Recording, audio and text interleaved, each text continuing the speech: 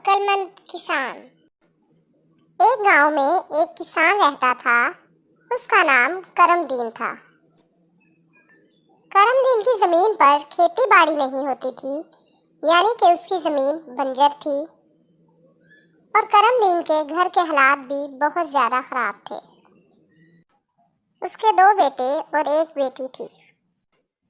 करमदीन किसी की जमीन पर हल जोतकर घर का आटा दाल पूरा कर रहा था।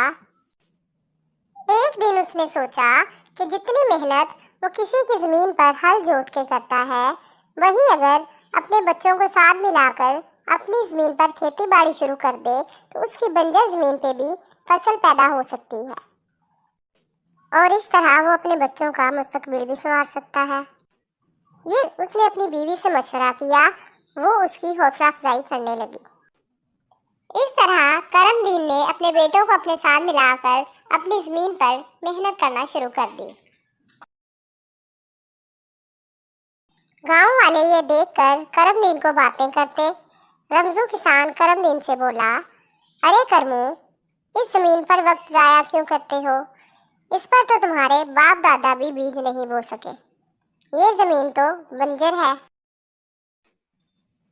करमदीन बोला, मैं जानता हूँ रमजू भाई, लेकिन कोशिश करने में क्या हर्ज है? अल्लाह का फरमान है कि मेहनत में अजमत है। इस तरह करमदीन ने गांव वालों की बातों की परवाह किए बगैर दिन रात अपनी जमीन पर मेहनत करना शुरू कर दी। और फिर आखिर करमदीन और उसके बेटों की मेहनत और कोशिश एक दिन रंग ले आई और जमीन पर नन्ही नन्ही कॉम्पलें फूटना शुरू हो गई। करमू बहुत खुश हुआ और जाके ये खुशखबरी अपनी बीवी और बेटी को सुनाई। करमू की बीवी बोली, मैं आपसे कहती थी ना कि खुदा के घर देर है अंधेर नहीं। इसी तरह मेहनत करते रहें और मायूस ना हो। इंशाल्लाह खुदा आपको मेहनत का फल जरूर देगा।